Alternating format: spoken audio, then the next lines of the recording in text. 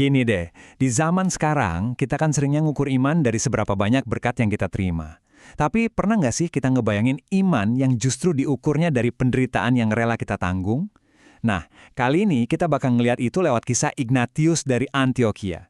Dia ini seorang pemimpin gereja mula-mula yang ngelihat kematiannya itu bukan sebagai akhir, tapi justru sebagai puncak dari imannya. Nah, ini pertanyaan yang jujur aja, dalam banget kan? Di saat semua hal di sekitar kita nyuruh kita buat cari nyaman, iman yang nuntut segalanya itu rasanya asing banget. Pertanyaan inilah yang jadi inti perjalanan kita hari ini untuk coba ngerti sebuah keyakinan yang radikal dan tanpa kompromi. Jadi sebetulnya ada dua jalan iman yang beda banget. Yang satu, jalannya fokus cari nyaman, aman, dan berkat. Tapi jalan yang satunya lagi justru siap ngadepin penderitaan demi sebuah kesetiaan. Dan kisah Ignatius dari Antioquia ini bisa dibilang contoh paling ekstrim dari jalan yang kedua. Oke, jadi siapa sih Ignatius ini? Dia itu seorang uskup dari Antioquia di masa-masa awal kekristenan, zaman di mana jadi pemimpin gereja itu artinya jadi target utama. Nah, karena imannya jadi tangkap dan dipaksa jalan ribuan kilometer menuju Roma. Dan tujuannya bukan buat diadili, tapi buat dieksekusi di depan umum. Coba deh kita bayangin posisinya dia, tangan dirantai, jalan menuju kematian yang brutal, tapi bukannya ngeluh, dia malah nulis surat buat nguatin orang lain. Fokusnya itu bukan ke penderitaan dirinya sendiri, tapi ke sebuah misi yang jauh lebih besar, luar biasa. Inilah inti dari semua pemikirannya, yang nangkap semuanya. Bagiku hidup adalah Kristus dan mati adalah keuntungan. Kematian itu bukan kekalahan, buat dia itu adalah keuntungan. Sebuah jalan untuk akhirnya bisa bersatu sama Kristus yang dia cintai lebih dari napasnya sendiri. Jadi pelajarannya buat kita tuh jelas banget. Ujian iman yang sesungguhnya itu bukan dari apa yang kita dapat, tapi dari apa yang rela kita lepasin. Imannya Ignatius itu bukan tentang mempertahankan hidup, tapi justru mempersembahkan hidup, bahkan kematiannya sebagai bukti cinta pada Kristus. Tapi ceritanya nggak berhenti di situ. Dari balik rantainya, Ignatius tuh nggak cuma mikirin nasibnya sendiri. Justru dalam penderitaannya, dia punya visi yang tajam banget tentang gereja yang sejati itu kayak gimana. Gereja yang mampu bertahan ngelewatin badai apapun. Pesan dia ke jemaat-jemaat itu tegas banget. Dia tahu kalau gereja yang kuat itu bukan gereja yang aman secara politik atau diterima sama dunia. Bukan. Gereja yang kuat itu adalah gereja yang bersatu, yang akarnya kuat pada kebenaran ajaran para rasul, dan setia tanpa kompromi. Ayat ini jadi landasan seruannya. Di tengah ancaman perpecahan dan ajaran-ajaran aneh, Ignatius ngingetin mereka buat balik ke dasarnya. Kesatuan dalam iman yang fundamental. Kekuatan gereja itu datangnya dari sini, bukan dari perlindungan duniawi. Dan ini pelajaran yang relevan banget buat kita sekarang. Ignatius ngajarin kalau panggilan gereja itu bukan buat jadi populer atau aman. Panggilannya adalah jadi saksi kebenaran, jadi terang.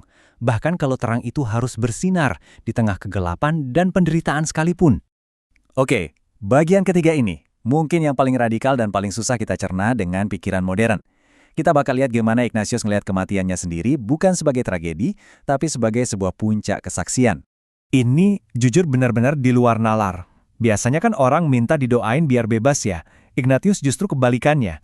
Dia memohon ke jemaat di Roma supaya jangan halangi kemartirannya. Kenapa coba?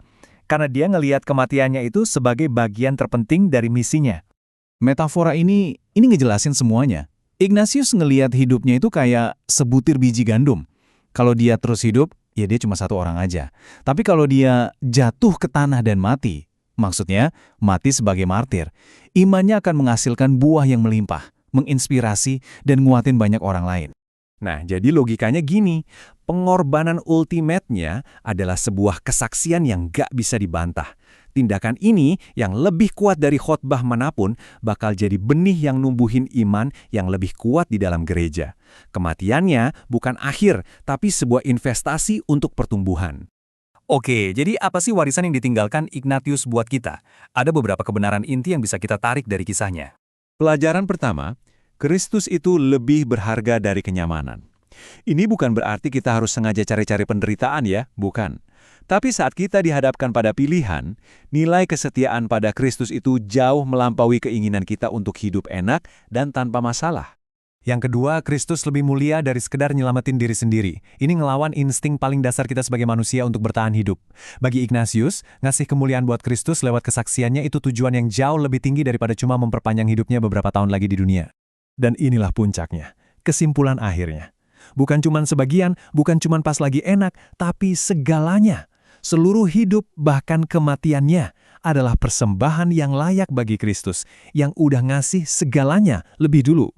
Terus, apa sih yang bikin orang bisa punya iman seradikal ini? Jawabannya bukan kekosongan, tapi sebuah janji.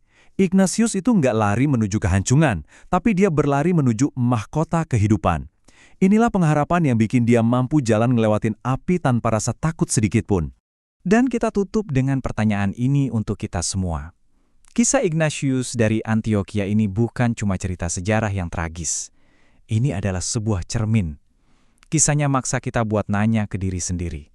Kalau iman Ignatius bisa bicara begitu keras lewat pengorbanannya, apa yang dikatakan oleh cara kita ngejalanin hidup saat ini? Bagaimana hidup kita menjadi sebuah kesaksian?